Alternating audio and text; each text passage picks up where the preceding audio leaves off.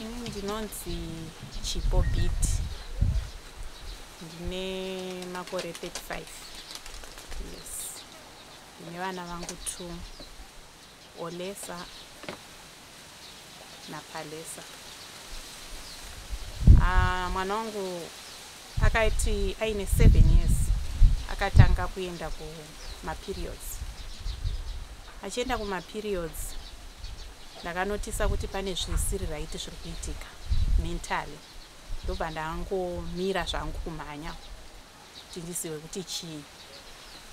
Saka zvakaramba zvichiitika mwedzi nemwedzi ndoratidza kuti mwana akutoenda kunguva ine early age. Saka akazotanga kuti nguva yaanobleeda kana kuti nguva yaanoenda kuma-periods anobva aenda kutoenda nenyika zvoti kwaanobatirwa kana kuti kwaanoonerwa nenguva nekwemunova muchimutsvagira most of the time kunova kwakasiyana. Most of the time ndoti for the first time akawanikwa ndobva aendeswa kupolisi. Ndikazomutorera kupolisi ndoenda ndatoripota 24 hours dzakwana. Second time ndobva azviita zvakare bva anhuwo nemunhu bva akasika kumuziva. Ndichibva ndambofambawo by that time ndandichina baba wavo tichibva tafamba bvamboita sei abatsirwa. Hazvina kumira takanatsa kuona kuti mwana kuchikoro behavior yake haichatoiti kumisire madhokta. Takaona educational psychologist akati no mwana uyu autism. Saka indakazviramba because mwana ine autism anooneka nekuita kwake. Uyu mwana anoti nguva yese ari normal. Kana umudzidzisi anodzidza teerera anotomboteera basa anotoita zvigezera anozvigezera. But anongoti mwedzi kana wakupera kuenda kunguva achingobuda ropa.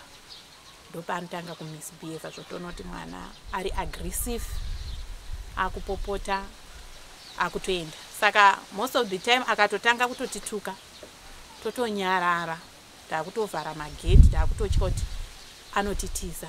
Nokuti kutiza kwacho anotogona kungobuda apa kuti ari kunotsvaira mukowa kana kuti ari kutobuda kuti ndiri kuenda kutoilet kana kutorasa pepa kubhini atoenda. Saka 2020 akazviita taamuno muZimbabwe nokuti murume wangu ine akatora mukadzi wekuSouth Africa ndichibva ndauya kuno nevana vangu. Ndabatwa chirwere chekenza ndandiri muchipatara ndobva vana ndavaunza kuno. Nguva iyoyo ndiri muchipatara aigara nambuya kumba kwedu. Akabva avatiza vangonetsana vanga vasingatsi kuziva kuti ndinomuhendla sei. Ndobva atiza bva aenda. Saka chakazotishamisa ndechekuti akanga achienda neWatsomba DC Road netsoka akaita 2 nights. Iye tikazomubvunza iti ndaikwira muti ndichirara muti. Akazonhongwa nevamwe baba vavamuendesa kusocial welfare yekuWatsomba. Vakamubvunza kuti uri kuendei pakati ndiri kuenda kuSouth Africa Pretoria. Maparents ako aripi? Mai vangu vakashaya vakafa nekenza. Ndiri mupenyu. Ndokuzoona kuti mwana mataurira ari kuita nekamwe kabehavior vaona kuti mwana pane zviri kuitika zvisiri right. Ndobva vamupublisha magroup eMamutare. Ndokuzotozvionawo ini ndiri muhospital ndandiri muSteve Biko Hospital kuPretoria. Ndopa ndakatoshokeka kuti it's better ndidischarge ndinoona chi mwana. Ndobva vati takutomhanya kupisa kenza kana uine situation yakadai. Ndobva ndangopiswa zvoti treatment yangu anotonatsa kuiwana up to now. Ndongorarama ndichingoti ameno mwari. So ndauya kuno ndakugara navo ndichivaona. Akazviita manga achidzidza pachikoro paSt Augustine's. Bva toenda kuchikoro. Handizivi kuti vakanetsana naticha. Nguva yake futi yange yatokwana yekuma-periods. Ndobva aenda akangobuda muklasi. Bvatondifonera medi mwana uya here bhozi abuda pabreak. Ndati ano mwana haakuna. Saka ndopetakatoziva kuti zvatotanga zvamubatira kuchikoro.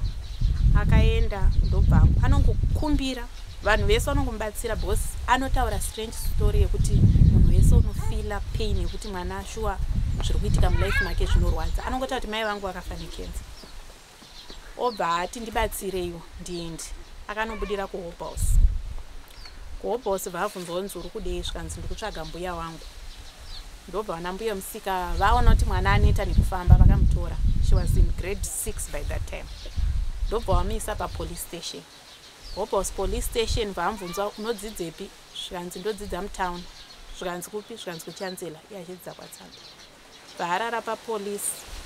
Akazoti ofisa anga aripo mukadzi agara, but arega ndimbocheke bhegi remwana rechikoro. Ndopa akaona mabooks, ma-exercise books akanyorwa kunzi St. Augustine's. Ndopa akatsvaga namba bwafona. Headmaster akati zveshuwa mwana iye ari missing, regai tofonere mubereki wake. Ndichisvika ndakabvunzwa madocuments ndikabudisa. Ndobva mapurisa atotarisana zvikanzi mwana ari kuti iye ari kuda rubatsiro, ari kushungurudzwa. Mai vake vakadini, vakafa. Ndikati ndini mai vacho. Takamutora ndobva ndanzi nemapurisa advice yandingamupai kana pamwe mwana ada kuenda kumba kwawo. Takatora tobva tamuendesa nemapurisa. Bandakangovaudza kuti zviri kuitika izvi handifungi kuti inhawu yekuti mwana ada kuenda kumba kwawo. Kana ada kuenda kumba kwawo ngaaende. Ndakanomusiya ari ikoko. Ndamusiya ari ikoko ndakagara. Ini basa rangu ndinoticha. Ndoticha ma-infant zvinondiri kuti CT. Ndakabva ndaenda kushamba kubasa. Noti basa rari chinetsa kuti ndirwane kuno plus nyama dzangu dzasadza simba. Ndobva ndanzwa basa kushamba kune munin'ina wangu. Ndobva ndaenda. Ndiri ikoko ndaida kuona kuti ndinzwe mwana wangu ari sei. Hana kupiwa response. Ndaibloka. Ndofunga ndakangoshanda zvemwedzi mishoma. To the extent yekuti ndakati mwana uya pamwe ari kutotiza, mwana wemusikana anosangana nezvakawanda. Pamwe ana care. Ndobva ndasiya basa ndadzoka. Ndichisvika ndakangoona mwana angori nemudhu yekuratidza kuti kana aine chiri kumunetsa akwanisi kundiudza. So ndakazogara ndichinoona mwana achigara kuHope House kuna mbuya vake mai vababa vake. Ndichingodaro, but zvazvichindirwadza mwoyo wangu kuti handisina access yekumubatsira kana yekundiudza kuti mama ndikusangana nezvakadai. Kuvabvunza kuti mwana ari kumbomutiza iwo here, ndandisiri kupiwa mhinduro. Kana paine paakatombotiza ari ikoko, kana paine zvakaitika, handina munhu aindipa answer. Saka ndakazoti regai ndiseke help kune veGBV. Ndobva ndataura navamwe mama kuti ita kuti utore mwana kana ine situation yakadaro, because mbuya haazozvigoni, and kana vasina communication newe chitora another step. Saka ndakazoti mumwe musi bva ndifonera iye anga akuendeswa kuchikoro chinonzi Royal Champions chiri kumberi kweHope House nenanzi kumaChii Gardens, kumaNgoro Gardens. Ndobva ndafonerwa zvonzi mwana ari kubva distance yekubva kuDestiny achienda kumaNgoro, but mwana wenyu nekusagona kutaura nezviri kuitika taakutya. Then I went there ndikaona headmaster ndikavaudza kuti nyaya iripo ndeyekuti inini situation ndiri kutorwara. Saka some of the times ndandakarara nyama dzangu dzisikuita mushe, zvondotadza kutoshanda. Saka mwana uyu zvaari kudawo, rubatsiro rwaari kuda, the family hatisi unite, hapana kana help yandiri kwanisa kuwana kuvabereki. Ndakumutora, asi nguva yekuti yakwana yekuti anontiza kanodini, ini handina zvandichakwanisa kubatsirawo nokuti ndaneta maprofita kupi. Ndakamutora ndobva ndauya pachikoro pandiri kudzidzisa. Madam waripo, she's a qualified teacher kuhigh school, vakati ndomudzidzisa malessons achingoitawo. Ndokubva auya pachikoro vatanga kudzidza.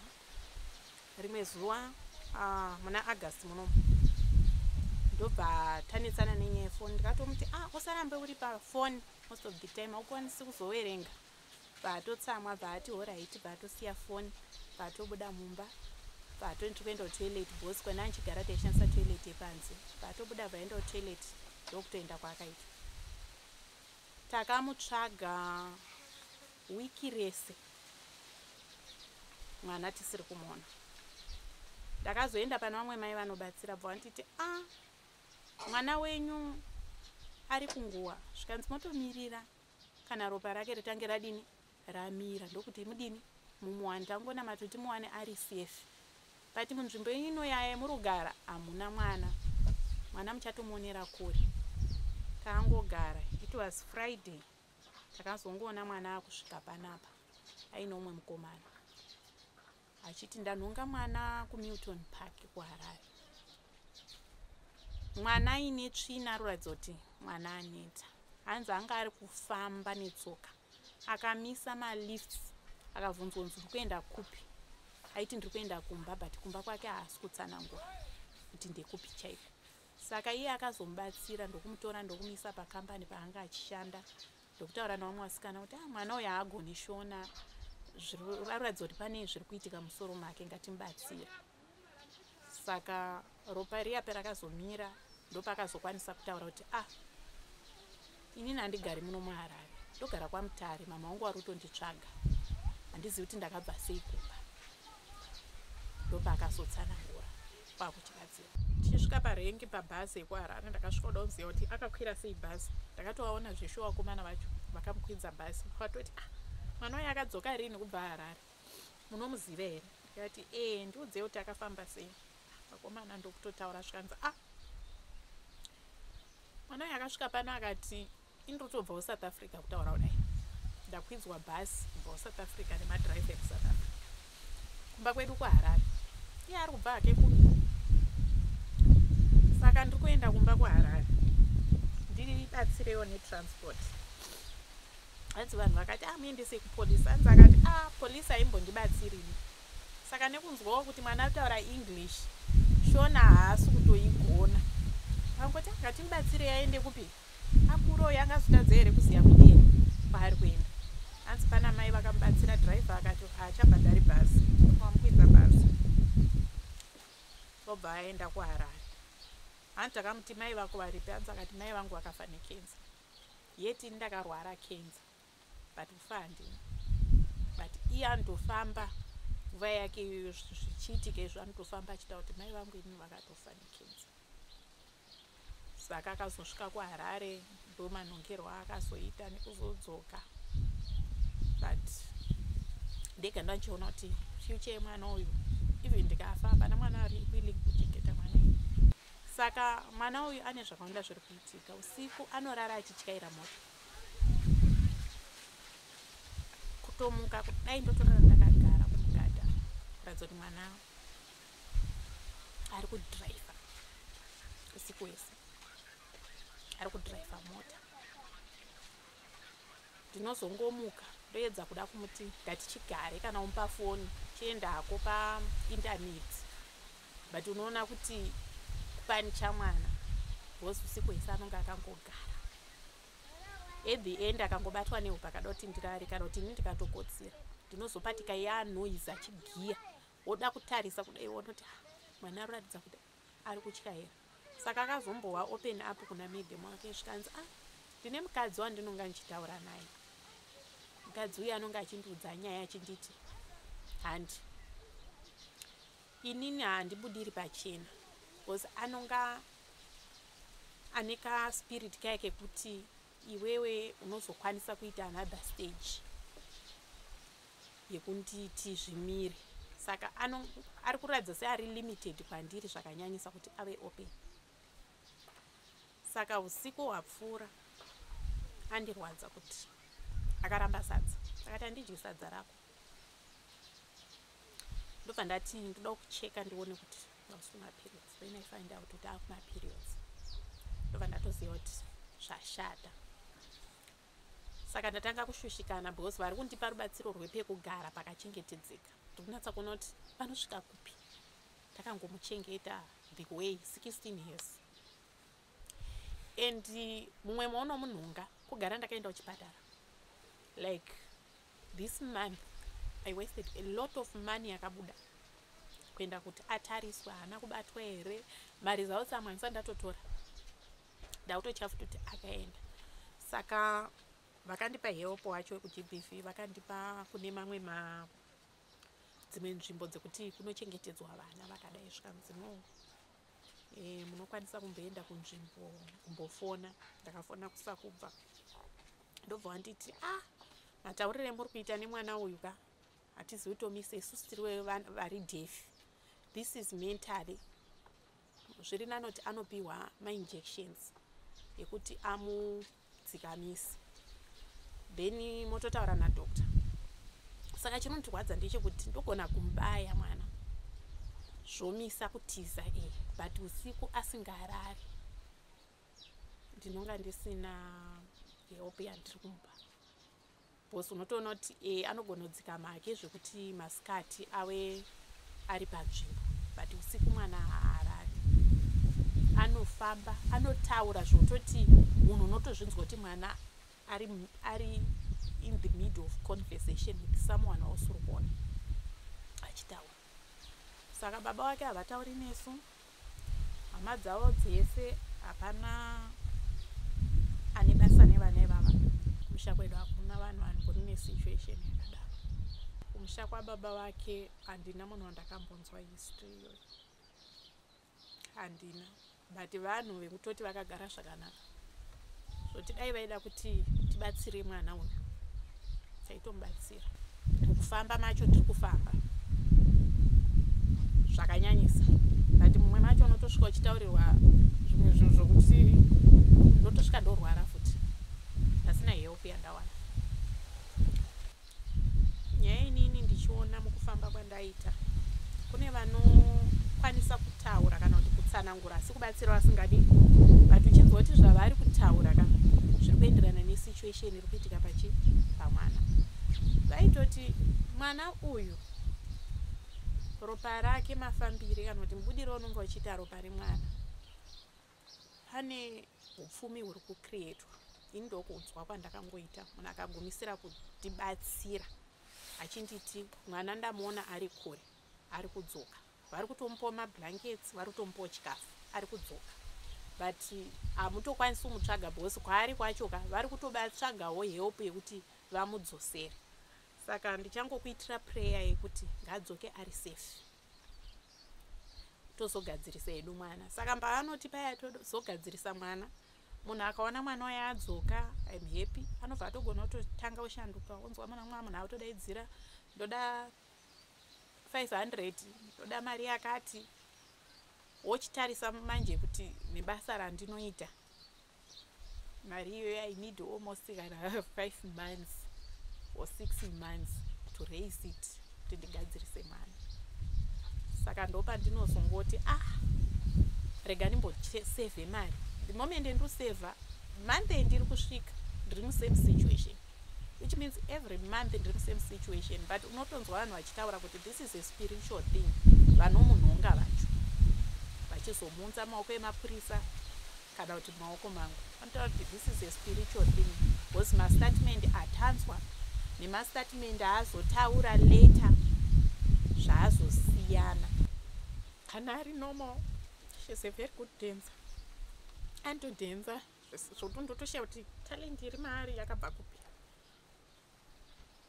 Anototaura kuti ndoda kuita nesi kana ndakura, ndotomudza kuti wakura wani. Grade 7 akatonyorawo, but vanhu vazhinji vakutya kuti ndikati ndikumbobuda sarirewo nemwana wangu, munhu wese anongotyotiswa.